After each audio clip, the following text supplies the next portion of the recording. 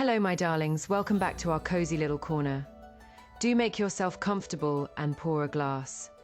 Today, we are diving into an absolutely brilliant tale about the ultimate glow. We've all heard those exhausting stories where a woman is expected to set herself on fire just to keep a mediocre man warm. Our heroine today, the fierce general Jingshu, actually did that in her past life. She sacrificed her health and her martial arts to cure her fiancé, Pei Duzhou, of poison, only for him to betray her with his fragile little savior. But upon her rebirth, Jingshu decides her sword and her sanity are worth far more than a cheating man. Instead of playing the martyr, she plays chess. Let's unpack the three most delicious applause-worthy moments of this strategic masterpiece. When Pei Duzhou was poisoned by a sneak attack from the border barbarians, the Miao doctor traveling with the army looked at the blackened wound and sighed. Save the vice general. We need to find a woman to use the Chanji Gu, along with golden needles to transfer the poison into her own body. But this will damage the meridians fundamentally, causing complete loss of martial arts and lifelong bedridden illness. I stood to the side, gripping my sword, saying nothing, because in my previous life, that is exactly what I did. I recklessly tested medicines for him and absorbed his poison, losing all my martial arts. I, who could once draw a hard bow on horseback, ended up gasping for breath after just a few steps. Later, the Qi clan gradually declined, and after Pei Duzhou recovered from his injuries, he confined me to the inner quarters on the grounds that I was, without issue, then divorced me and remarried. Just as I was lost in memories, a delicate-looking young soldier suddenly threw open the curtain and rushed into the tent. The soldier's eyes brimmed with tears as he dropped to his knees with a thud. I am willing to absorb the poison for the general. The Miao doctor frowned. Nonsense. You have a man's body, and the pain of absorbing poison is like 10,000 ants gnawing at your heart. How could an ordinary soldier endure it? The soldier yanked off the helmet, revealing cascading long hair, voice delicate and sweet. I am a woman, and I am more qualified than Jingshu. Ji Lingguan, daughter of the Vice Minister of Revenue. Looking at that familiar face, there was no surprise in Pei Duzhou's eyes. Obviously, he had known all along that Xie Lingwen was cross, dressing as a man, disguising herself as a young soldier to infiltrate his ranks. In my previous life, when I was drawing out the poison for Pei Duzhou and writhing in pain on the floor of the command tent, Pei Duzhou arranged for Xie Lingwen to take care of me. At that time, he said to me gently, "Jingshu, there are no other women in the military camp. Although Xie Lingwen comes from a wealthy background, she has a resilient character. I feel most at ease with her serving you." It wasn't until later that I found out the pretty boy under Pei Duzhou's command, who failed every assessment and should have been punished, according to military law, was actually Xie Lingwen. Pei Duzhou had always been strict in running his army, yet he made an exception for her alone, not only tacitly allowing her to stay in the military, but even secretly saving the imperial bestowed wound medicine for her. I once questioned Pei Duzhou, "Why did you never come clean to me about her identity?" At that time, Pei Duzhou, whose poison had already been dispelled, looked at me deeply with affection. "Jingshu, I cannot control others' infatuation with me, but for you, it is a life and death bond, absolutely unwavering." Laughably, I prided myself on being his childhood friend, sharing life and death with him. As it turns out, even the most passionate promises cannot withstand that secret flutter of the heart. Pei Duzhou leaned against the couch, refusing gently. Tears burst from Xie Lingwen's eyes. Why? Pei Duzhou maintained his dignity as a general, yet his tone carried a helpless tenderness. "Miss Xi, with your noble status, how could you endure such suffering for me? Forgive me, but I cannot accept this kindness." But now, General Kui is already injured. I am the only one in the military camp qualified to make this sacrifice for you." These words carried an undisguised ambiguity. Pei Duzhou coldly turned his eyes away, though his earlobes flushed slightly red. "Please watch your words, Miss Shi." The situation reached a standstill. I looked at the Miao healer, covering my already faintly bleeding left shoulder with my hand, and spoke weakly. "Let me do it. I've always been in good health. Even with some external injuries, I can withstand the danger of drawing out the poison." "Jingshu," Pei Duzhou cried out in alarm, a trace of imperceptible relief flashing through his eyes. But the Miao healer immediately waved his hand to interrupt.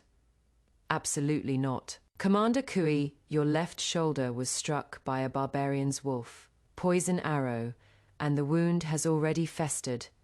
If we forcibly plant the Chanjigu to draw out the poison now, the two poisons will clash, and you will surely die on the spot. Within 7 days, you must not use any inner energy whatsoever." Hearing this, the weight on my heart finally lifted. Phew, that was close.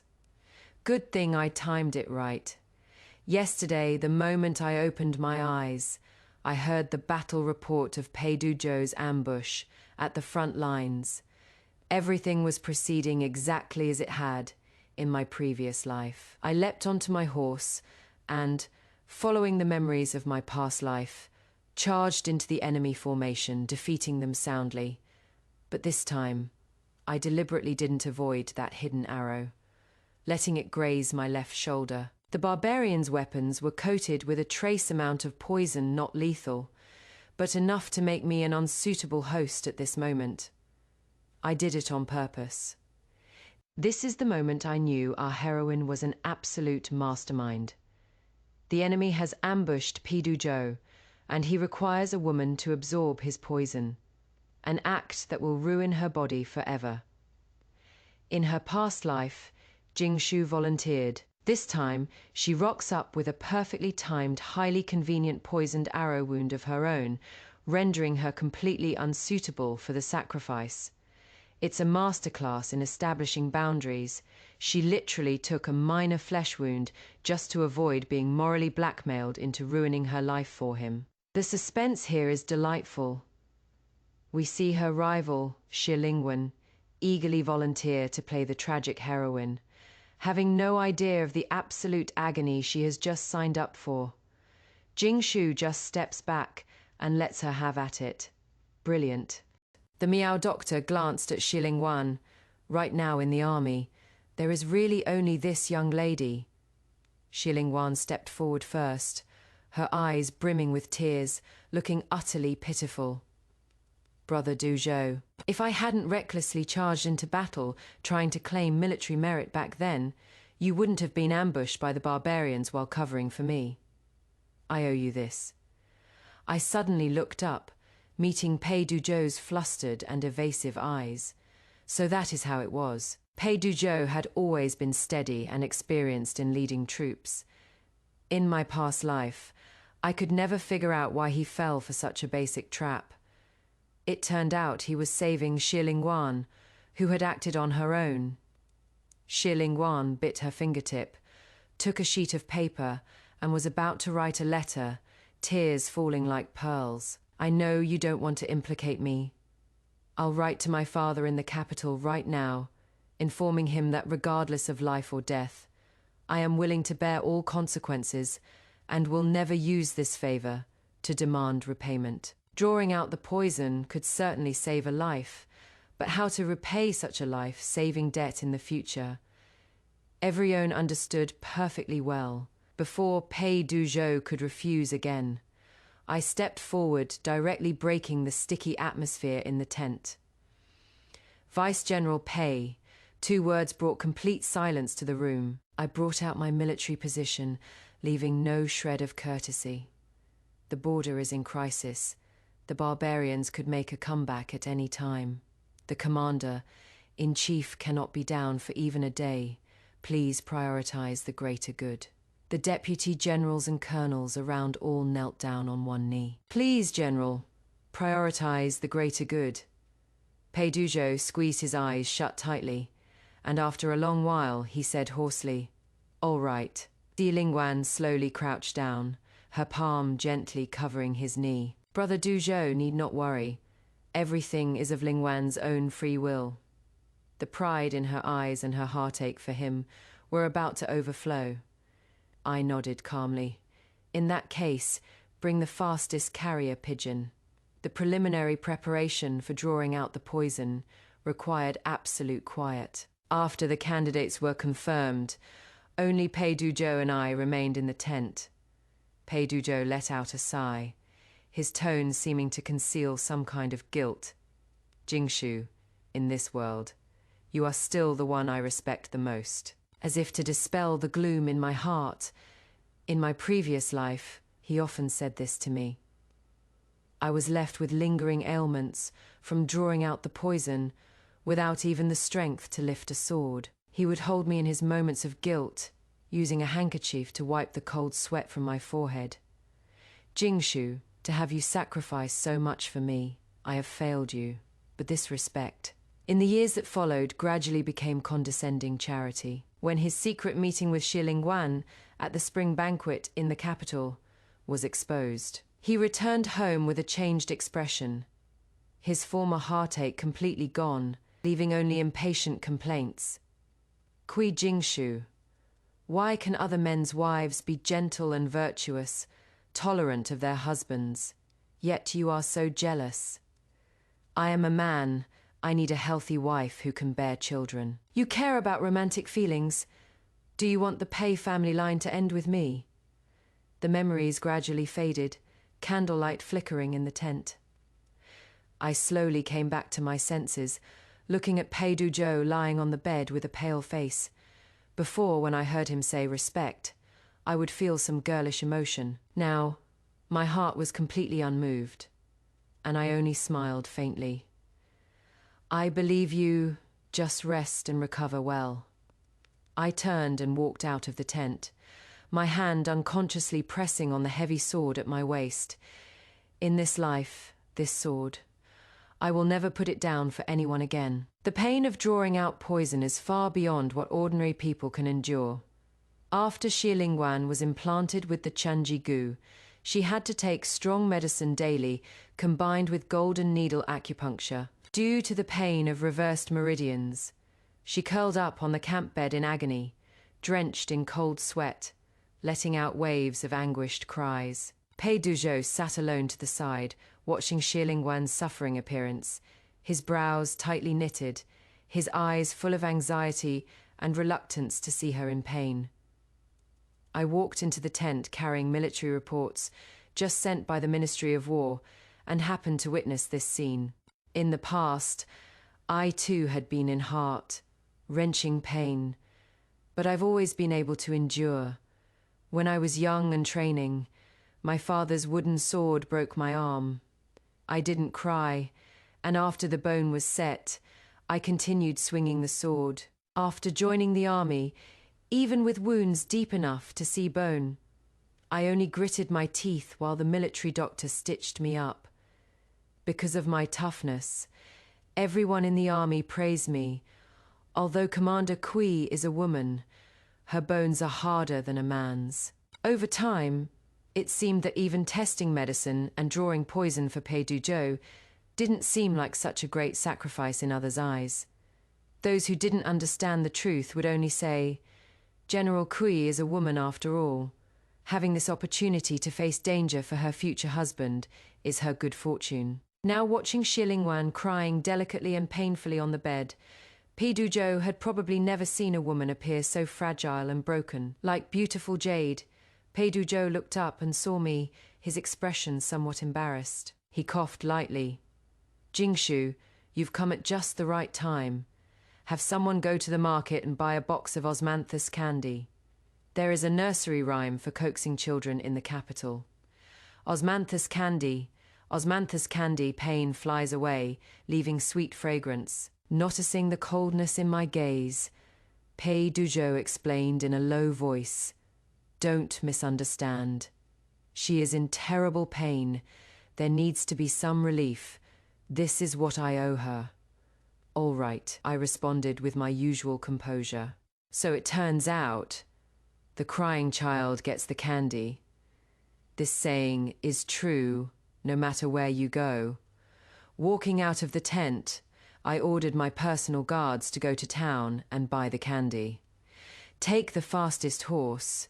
Miss C-san is a daughter of a noble family, risking danger for the general right now. She cannot suffer even the slightest grievance. Yes, Commander. Watching the personal guard's retreating figure, I let out a derisive laugh.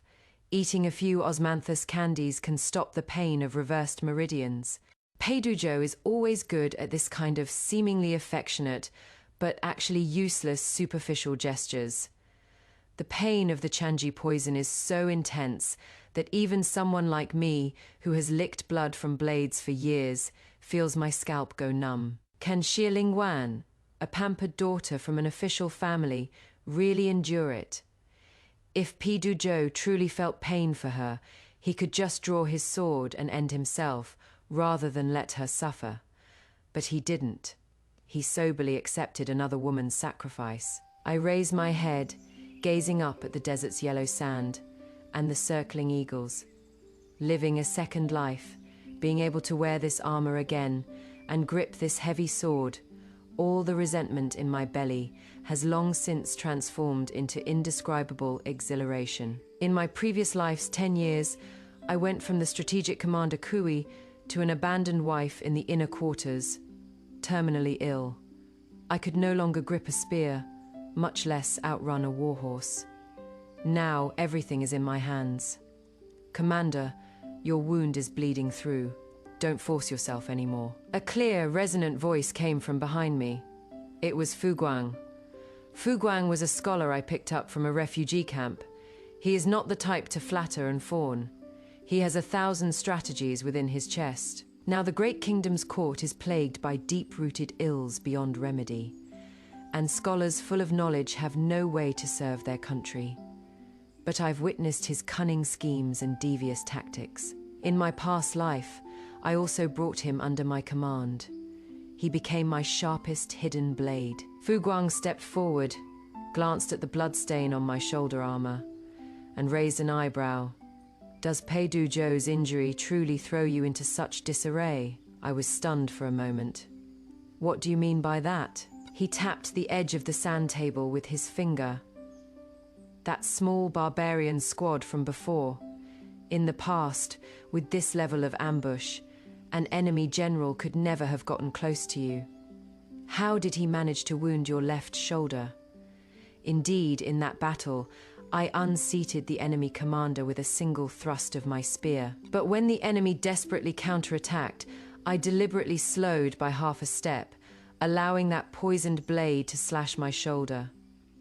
This was my first move after rebirth, to sever the moral shackles that bound me to sacrifice myself. Fu Guang's gaze was sharp, as if he could see through one's heart. However, you sold that opening very cleverly. If you hadn't been injured, this family friend Fianc Fei of yours would likely have been morally coerced into testing the medicine with her own body, wouldn't she?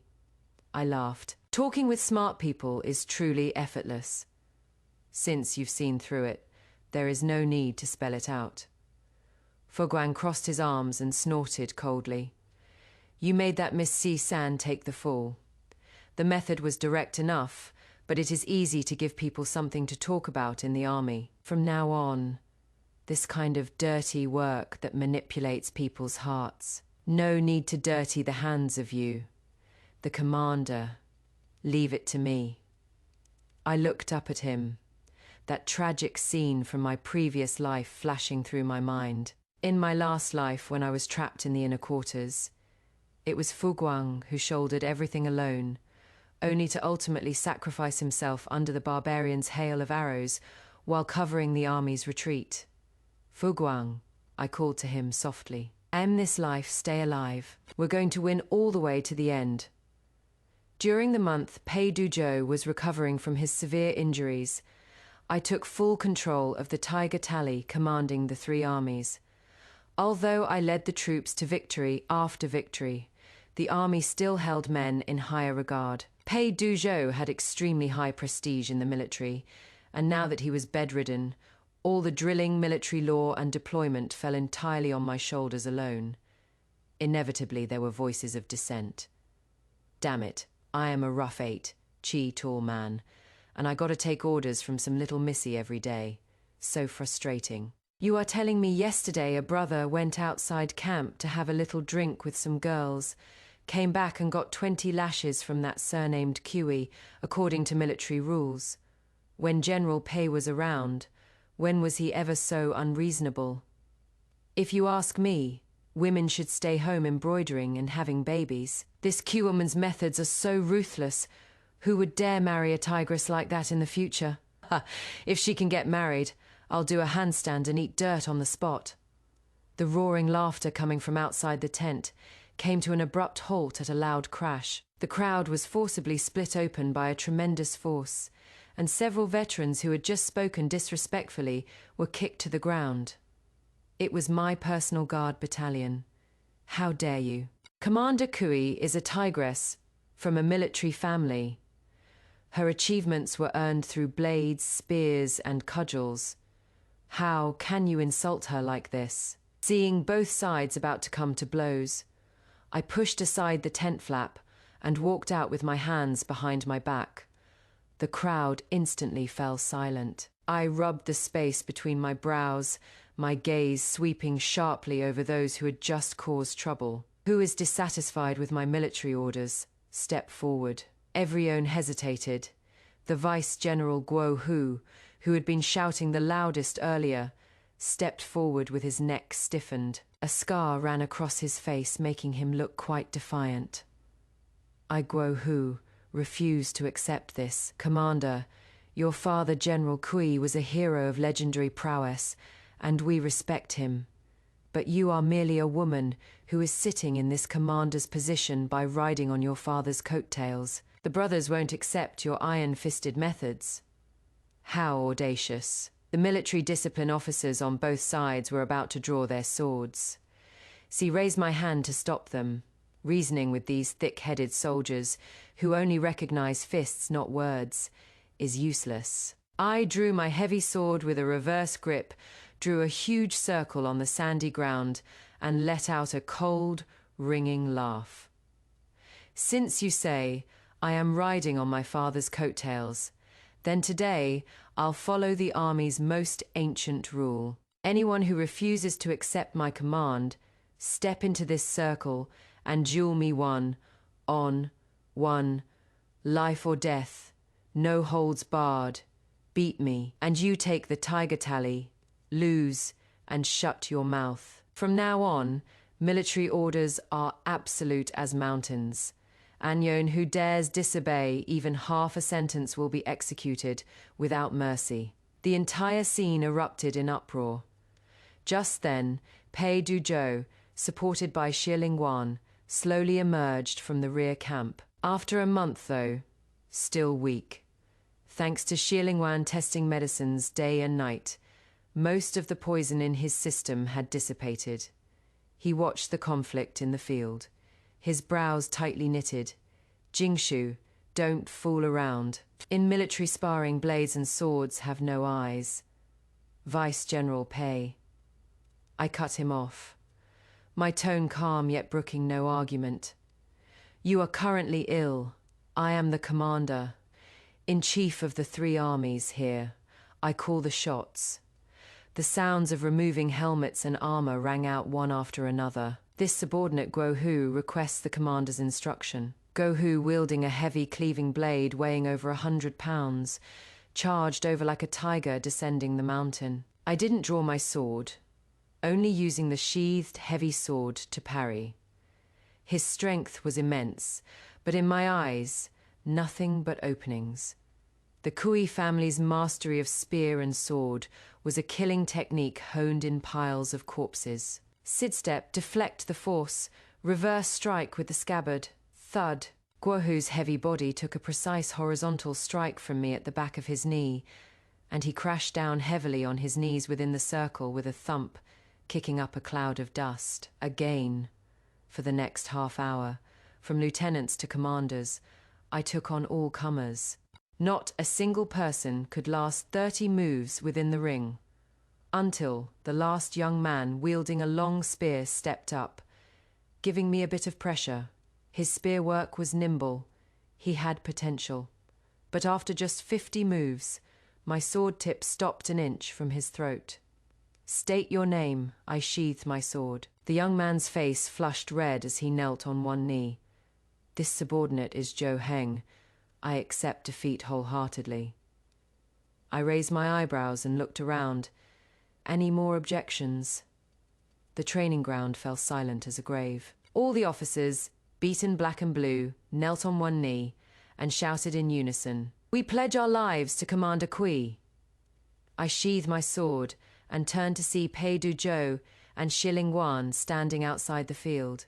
Zilingwan supported him by the hand, a flash of fear and jealousy passing through her eyes as she looked at me. In my past life, she had also been jealous of my martial skills. Pei Duzhou had once held her well, maintained hands and said to me, "Jingshu, a woman's hands should be soft as water. Look at you. Your hands are covered in calluses. Where is even a trace of a refined young lady?" And now, it was precisely these covered hands that gave me the power to control my own destiny.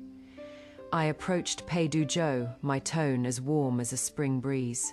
"Duzhou, apologies for the spectacle. Now, while you are recuperating, the military camp is stable. You can rest easy." Pei Duzhou looked at me with complicated emotions in his eyes, just about to say something, but I changed the subject, turning to Shi Lingwan. "Miss Shi's complexion looks even worse than last time. Drawing out the poison truly takes a heavy toll. Duzhou, you must treat her well. Otherwise, how can you be worthy of her kindness?" Hearing these words, Shi Lingwan's eyes instantly reddened, and she nestled against Pei Duzhou pitifully. But Pei Duzhou instinctively shifted half a step to the side, creating some distance. "Jingshu, Miss Shi is indeed my lifesaver, but I, Pei, can clearly distinguish between gratitude and affection. My fiancé from beginning to end has only been you." With these words, Pei Duzhou was not only making his stance clear to me, but also drawing a clear boundary with Shi Lingwan in front of everyone around us. "Brother Duzhou." Shi Lingwan looked as if struck by lightning, staring at him in disbelief. She had suffered so much for him, only to be dismissed with a flippant lifesaver.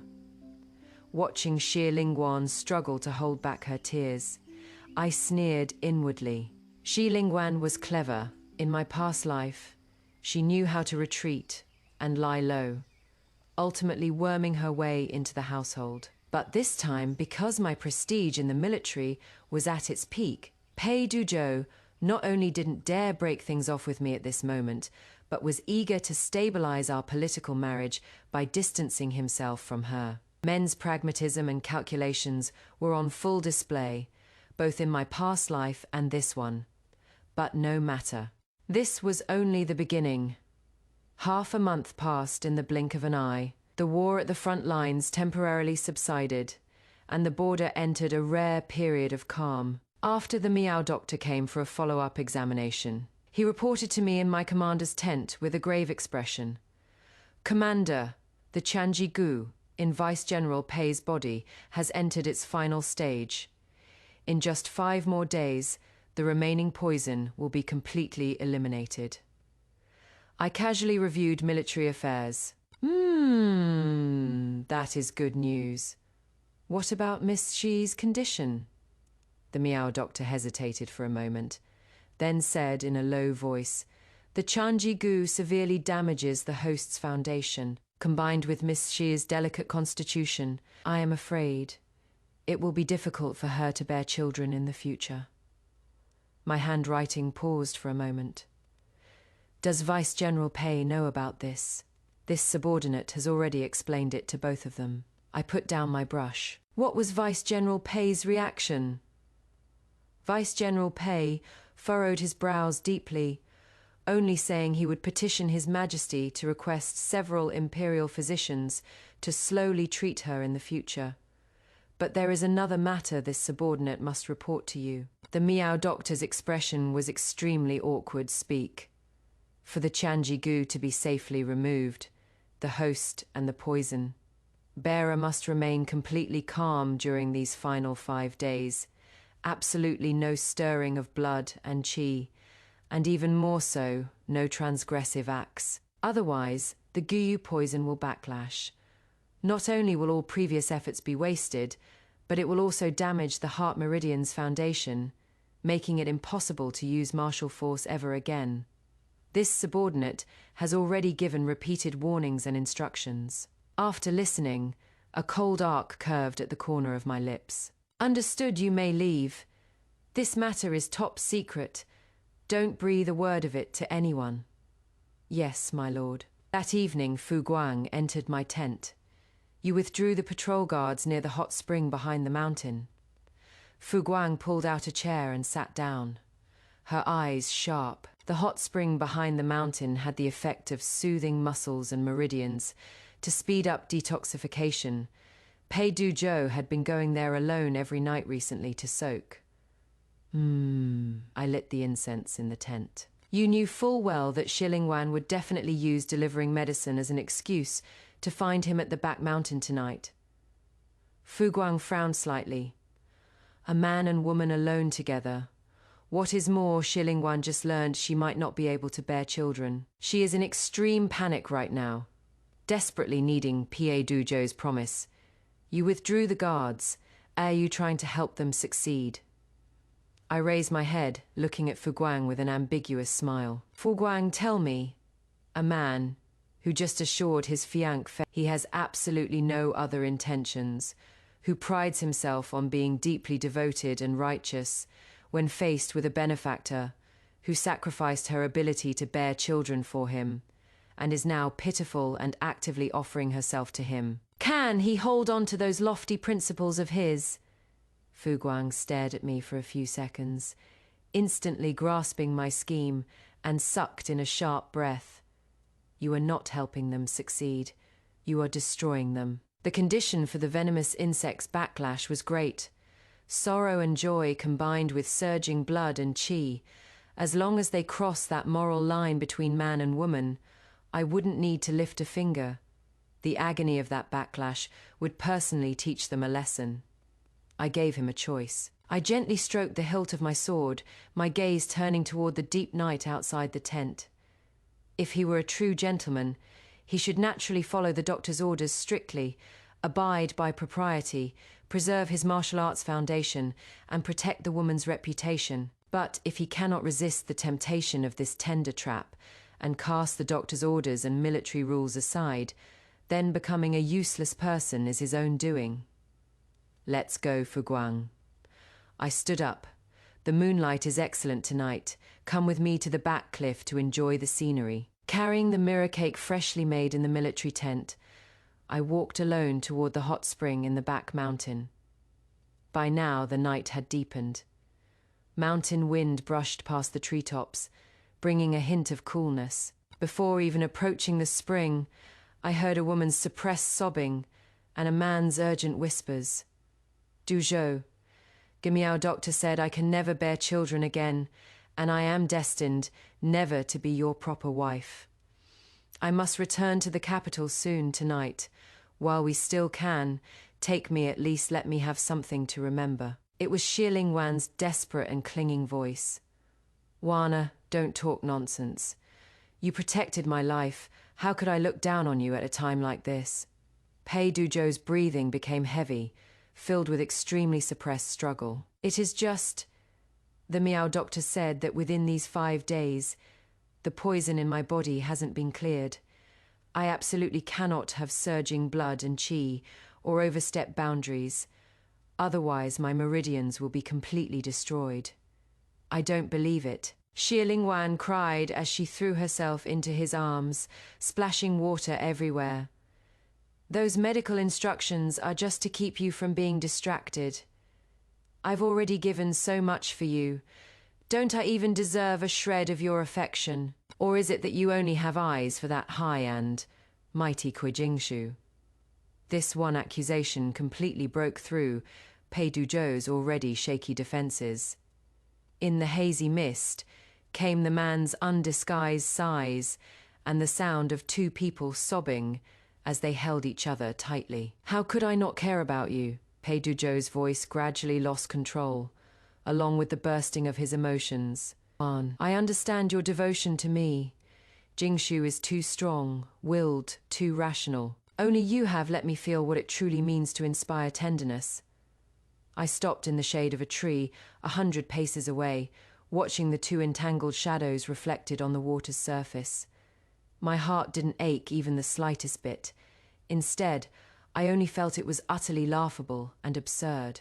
In my previous life, he was the same. He said with his mouth that it would be one lifetime, one person. But when facing Shilingwan's deliberate seduction, he used the excuse of unable to control his feelings, and half reluctantly crossed the line. The Chanji Gu was most sensitive to the host's extreme emotions of joy or sorrow, and reckless stirring of qi and blood. Now, even knowing the danger of qi deviation and complete rupture of his meridians, he still chose to indulge in the entanglement of private desire and guilt at the most critical moment. I gently set down the plate of mirror cakes on the bluestone beside me, and even deliberately stepped on and broke a dead twig. Crack, the crisp, snapping sound was particularly piercing in the night. The sounds from the hot spring stopped abruptly, followed by Pei Duzhou's panicked swallowing and a violent, muffled groan. Oh, the absolute cheek of this scene. It is exquisite. The doctor explicitly warned Pei Duzhou that to survive the poison cure, he must not engage in any intimate activities, or his martial arts foundation will be permanently destroyed. Does Jingshu lock him in his room to protect him? Absolutely not. She dismisses the guards and leaves him alone at a romantic hot spring with his tearful, desperate admirer. She isn't plotting to murder him. She's just giving him enough rope to hang himself. And of course, his lack of self-control does the rest. Walking past the hot spring, stepping on a twig just to startle them as his meridians violently rupture from his own indiscretion. It is the ultimate let the rubbish take itself out moment. She doesn't have to seek revenge. His own hypocrisy does it for her. "Duzhou, Duzhou, what is wrong with you?" Shilingwan screamed in terror. Clearly under this extreme tension intertwined with lust and stimulation, the parasitic poison in his body had completely gone berserk and backfired. Without looking back, I curled my lips into a smile and left with a flick of my sleeves. The next morning, Pei Duzhou finally returned to the camp tent. It is just that his face was deathly pale as paper. Cold sweat covered his forehead. His steps were unsteady when walking, and even the sword he usually wore at his side now seemed to tremble slightly in his hand. To cover up his guilty conscience, he deliberately brought a bowl of milk and lamb soup that he'd personally prepared to my main tent. "Jingshu, you were busy with military affairs yesterday, so I specially got up early to make soup for you."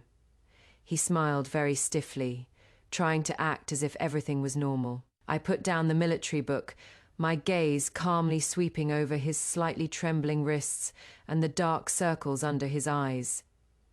In my previous life, after he betrayed me, he also desperately tried to compensate and curry favor like this. "How thoughtful of you." I picked up the soup bowl and took a small sip, asking in a seemingly casual manner, "Why do you look so terrible? When you went to the hot spring behind the mountain last night, you didn't run into any trouble, did you?" Pei Duzhou's pupils constricted sharply, and the soup spoon in his hand nearly fell. He hastily coughed twice to cover up. "No, no. It is probably just that the poison is about to be removed, and my body is having some difficulty adapting." I nodded, my smile warm but my eyes ice cold. "That is good then. Since the parasite is about to be removed, you must remember the Miao doctor's instructions.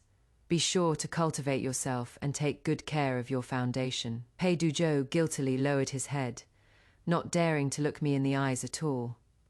How much damage last night's backlash had done to his foundation. perhaps only he himself knew. The 5 days passed in the blink of an eye.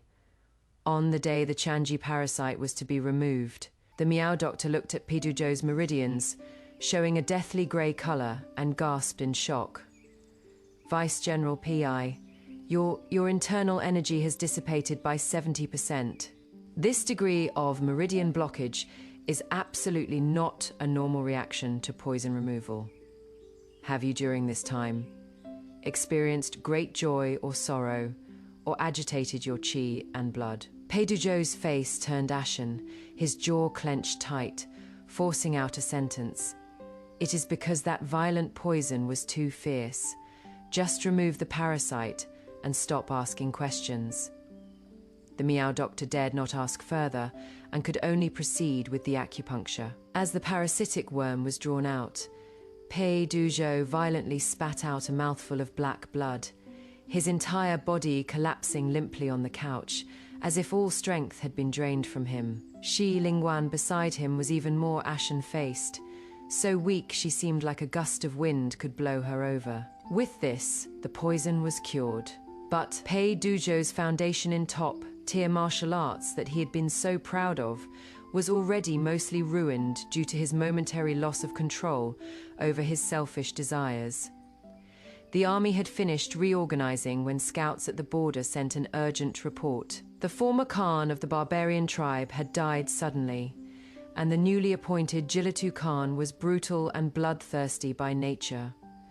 To establish his authority, he was gathering a large army to attack our border. Inside the central military tent, the generals and I stood before the sand table deducing battle tactics. Peidujo stood to the side, forcing his weakened body to remain upright. In recent days, having lost the martial arts he was so proud of, he appeared increasingly anxious and lacking in confidence within the army. Commander Qi, I believe we should lead light cavalry in an active strike and go straight for their heart. Peidujo pointed at the sand table, his voice raised, eager to reclaim his former prestige as young general before everyone. I looked at him coldly. The enemy's morale is at its peak, and Jilatu Khan has set up an encirclement. Having light cavalry charge in now would be no different from sending them to their deaths. So, are we just going to cower and not come out? He slammed the table emotionally. The soldiers around looked at each other in bewilderment, their eyes toward Peidujo, now carrying a trace of doubt.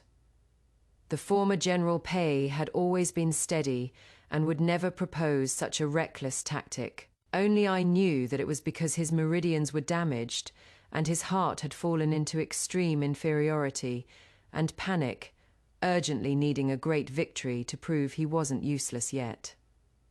I am the commander-in-chief. I looked at him, enunciating each word. This battle will use the hook formation with left and right flanks encircling. The army will advance steadily. Without my command, whoever dares to recklessly seek glory and rashly advance will be executed without mercy. Military orders were like mountains. Even though Peidujo was unwilling, he could only bow his head and accept the command. On the day of the decisive battle, wind swept the remnant clouds, and yellow sand obscured the sun. Our army was in strict formation. Under my command, the troops operated like a precision meat grinder, crushing the barbarian charges time and again. Before long, the enemy army fell into chaos. Seeing the situation turning bad, Jilatuan ordered the entire army to retreat toward the Ice River Gorge behind them. Don't pursue a desperate enemy. The gorge terrain is treacherous and prone to ambushes. All troops, listen to my command, sound the gongs, and withdraw. I decisively issued the order to stop the pursuit. The deep horn sound resonated across the battlefield. The vanguard and central army immediately halted their advance, steadily beginning to close formation. However, at this moment, an accident occurred. From the forward camp on the right flank, a warhorse suddenly charged out. The petite young warrior on horseback, disregarding the retreat horn, drew her bow and arrow and charged alone toward the fleeing Jilatukan. It was Shi Lingguan. She had actually changed into a common soldier's uniform again and snuck into the battlefield, attempting to use the archery she'd practiced for a few months to assassinate the enemy leader, hoping to gain military merit and prove to everyone that she was worthy of standing shoulder to shoulder with Pei Duzhou. Whoosh! The arrow shot out, but didn't even graze Jilatukan's armor. Jilatukan flew into a rage, whipped his head around, and his long whip lashed out like a venomous snake, directly coiling around Xie Lingwan's mount. The warhorse neighed and fell to the ground. Xie Lingwan crashed heavily onto the icy surface. Her helmet fell off, and her long hair scattered loose. It is actually a Central Plains woman. Ha ha ha. Capture her and take her back to camp as a sacrifice. Xie Lingwan let out a desperate, anguished scream.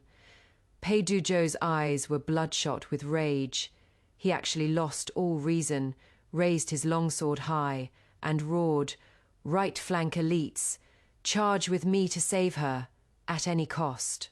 Vice General Pei. The commander has ordered not to pursue a desperate enemy. Ahead is the enemy's trap to lure us in. The deputy general desperately held onto his reins. Get lost. I'll take responsibility if anything happens. Pei Duzhou kicked the vice general aside, and with several hundred elite veterans loyal to him, defied military orders and charged into the frozen river canyon like a madman. On both sides of the canyon, barbarian ambushers instantly surged out like a tide, surrounding them tightly. Commander, Vice General Pei defied military orders and attacked on his own. He is trapped in the canyon. The messenger reported anxiously. I sat on my warhorse, eyes cold as ice. This was the exact moment in my past life when he had caused me to be gravely wounded. Reborn, he was still the same fool who would risk the entire army's survival for personal feelings. Kwai family army, listen to my command. I drew my heavy sword, my voice piercing across the battlefield. Form shield wall. Archers provide cover. No reckless charges. Advance steadily to the canyon perimeter. We rescue only. We don't go deep. I would never let my soldiers pay with their lives for their foolishness. Under my precise coordination, we tore through the outer encirclement with minimal losses, and I personally led a cavalry squad to cut down Jilatukan beneath his horse. But when I led the team through the path and reached the core of the encirclement, the scene before us made all the soldiers' eyes turn red. The elite veterans Pei Duzhou had brought were more than half dead or wounded. Tattered flags and fallen warriors of the Central Plains were everywhere. These men, who could have safely returned home to collect their rewards, stayed forever in this cold canyon to protect Xie Lingwan, who had acted on her own, and their commander, who had lost his reason. Pei Duzhou was covered in blood, half kneeling on the ground. His meridians were already damaged, and now he was continuously coughing up black blood from forcibly channeling his internal energy, looking like a ruined man. Xie Lingwan hid behind him completely unharmed, yet trembling with fear. Commander. The surrounding soldiers looked at the corpses of their comrades covering the ground and burst into suppressed, anguished sobs. Anguished, Saint Captain suddenly threw down his sword, rushed over and grabbed Xie Lingwan by the collar. "You jinx! The commander already ordered a retreat. Why'd you play hero? My own little brother lost his life blocking a blade meant for you. How are you going to pay for that?" Xie Lingwan screamed in terror. "Duzhou, Duzhou! Save me!" Pei Duzhou struggled to lift his head, only to find that all the soldiers around him no longer looked at him with the awe and admiration they once had. Only bone, deep indifference and resentment remained. He looked toward me, his lips trembling, as if wanting to say something. "Jingshu, I didn't know there would be an ambush." I looked down at him from above, my gaze containing no anger, only a pitiful condescension. "Pei Duzhou, as a general and commander, you are unworthy of being a general. This is the last time I'll save you." After saying that, I turned my horse around and never looked at him again. When the campaign ended, the military report of the great victory was sent to the capital. Sent along with it was also the impeachment document about Pei Duzhou defying military orders and causing the near-total loss of elite force. He completely lost the army's support.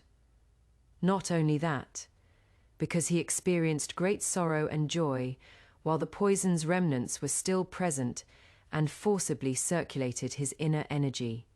His foundation was completely destroyed. He became inferior to even an ordinary soldier and would never again be able to wield that horse, cutting saber weighing 60 jin. Shi Lingwan was even more spurned by the entire army. Even the cook responsible for delivering meals to her tent would spit in it. Half a month later, the imperial edict arrived at the border. The first imperial edict.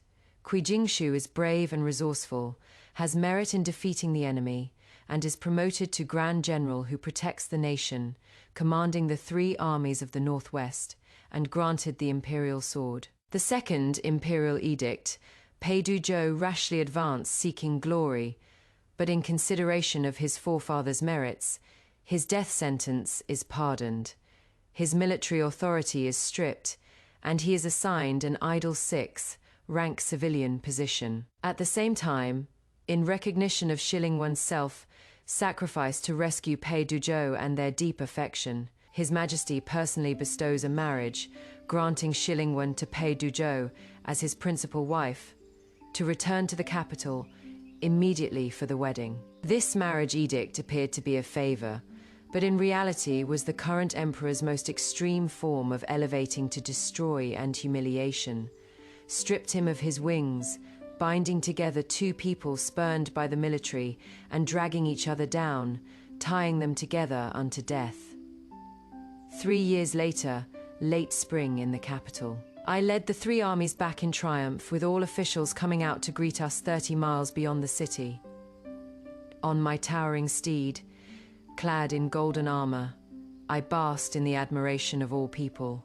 The former Jingshu had now become the most brilliant and unshakable military star in the great kingdom's court. The current emperor even granted me special permission to enter court in armor, exempted me from marriage alliances, and kept me in the capital to assist in governance.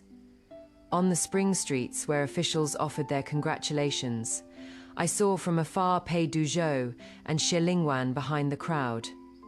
3 years had passed. Pei Duzhou's back had become hunched due to atrophied meridians, and his hair had turned white prematurely. Shi Lingwan had also lost her former vivacity, wearing ill-fitting old clothes, her expression haggard.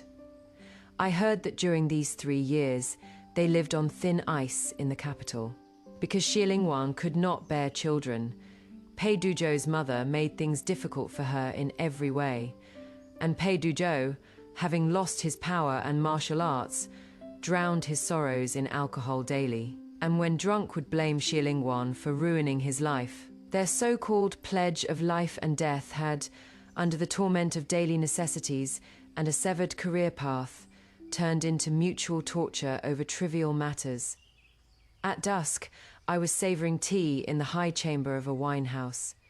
The doorkeeper announced that Pei Duzhou requested an audience. He limped up the stairs, and upon seeing me in my splendid brocade robes with an air of dignified elegance, a flash of extremely complex emotions crossed his eyes: regret, pain, and deep unwillingness. Jingshu, oh no, General Kuai. He spoke bitterly. What does Lord Pei want with me? I didn't even set down my teacup, my gaze cold and detached. As if grasping at a last straw, he said in a trembling voice, Jingshu, I recently fell seriously ill, and while unconscious, I had a very long, very real dream. I dreamed that it was me who led the troops to pacify the Northwest, dreamed that my bride at the wedding was you. In the dream, I was the war god of Great Zhou. His eyes reddened. Jingshu, if it had been you who drew out the poison and tested medicine for me, wouldn't everything be different? If Shi Lingwan hadn't existed back then, we would have been the most well-matched military couple in the world. wouldn't we? I looked at him quietly, then poured all the warm tea from my cup onto the carpet at his feet. Pei Duzhou, that was not a dream. But it is also because of you that we've come to where we are today. He froze. What do you mean? I stood up, walked before him, and in a voice only the two of us could hear, softly shattered his last illusion. Do you think what destroyed your martial foundation in this lifetime was the barbarian's poisoned arrow, or that ambush in the canyon? His whole body shuddered violently as he stared at me intently. I curved my lips into a smile, each word piercing his heart. That night at the hot spring behind the mountain, you knew full well that before removing the poison you had to abstain from carnal desire and sever all emotions, yet you still couldn't resist temptation and intimately entwined with your little savior in the pool. It was your selfish desire in that moment that disrupted your meridians and caused the poison to backfire. Pei Duzhou, the one who ruined your life, is no one else but yourself. Fast forward 3 years. Jingshu is now a glorious grand general, adored by the nation. Pei Duzhou is a broken, impoverished man, miserably trapped in a toxic marriage with the woman he cheated with. He comes crawling back, crying about fate and wishing she had been the one to save him. Instead of offering sympathy, Jingshu looks at him, pours her tea onto the floor, and delivers a brutal reality check. She tells him that fate didn't ruin him. His inability to keep his trousers on at the hot spring ruined him. It is a profoundly satisfying mic drop. She refuses to let him play the tragic victim. He made his bed, and now he must lie in it. Number impossible. Pei Duzhou's face turned ashen, as if struck by lightning in an instant. He had always portrayed himself as the victim burdened by loyalty and righteousness in this tragedy, using it to maintain his meager self-respect. But deep down in his heart, he clearly knew that what I said was the truth. So, even if you could start over 10,000 times, as long as she seduced you even slightly, you would still betray that loyalty. This is what is truly destined. I coldly turned around and walked out. Enjoy the rest of your life torturing each other with Miss Xie. Don't come and dirty this general's eyes again. From the pavilion behind me came the sound of Pei Duzhou's utterly devastated, heart-wrenching wails. And I strode into the brilliant lights and spring breeze of Chang'an City, extra chapter after declining those lengthy court memorials about my marriage.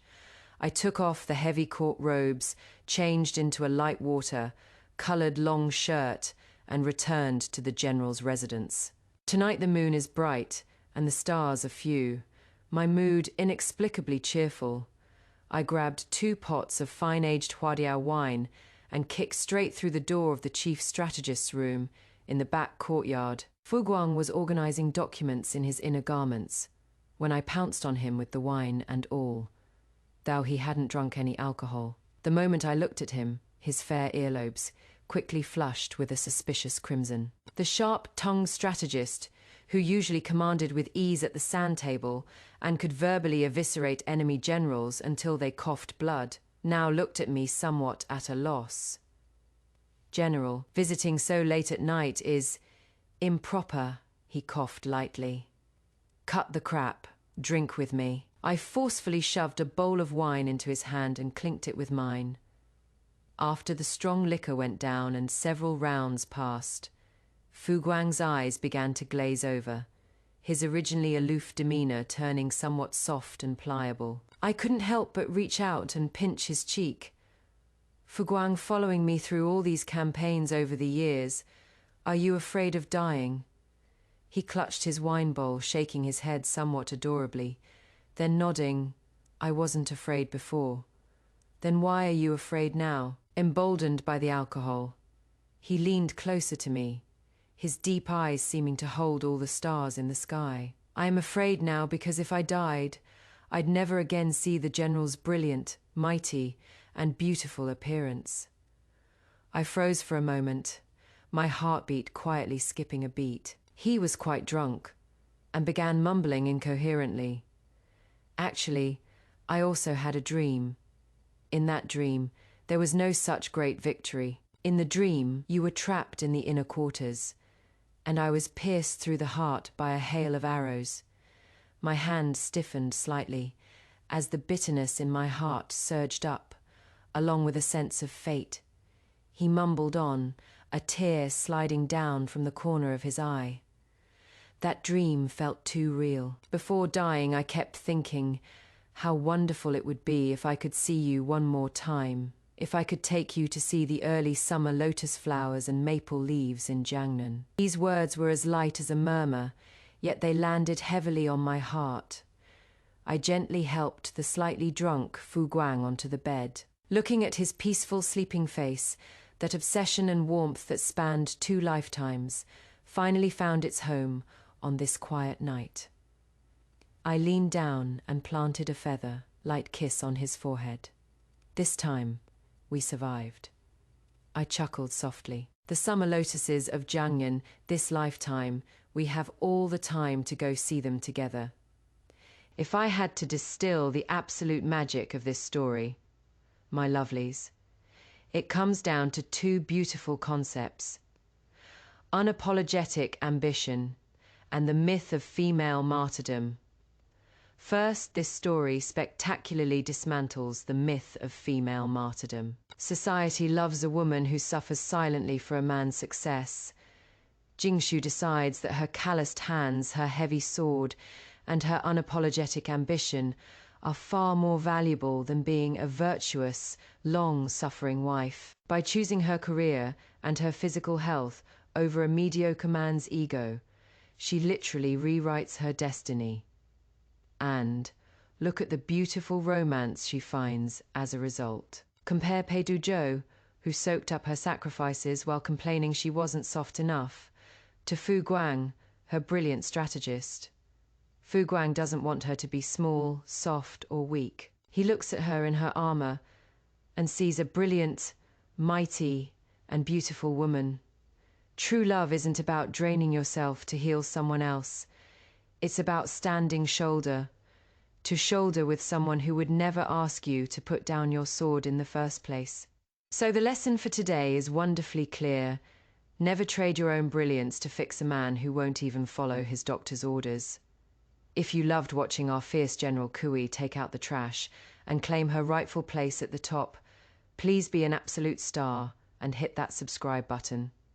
Give this video a like if you cheered when she poured that tea on the carpet. And what you love to hear from you in the comments. Have you ever had a moment where you stepped back, let a toxic situation sort itself out, and completely upgraded your own life?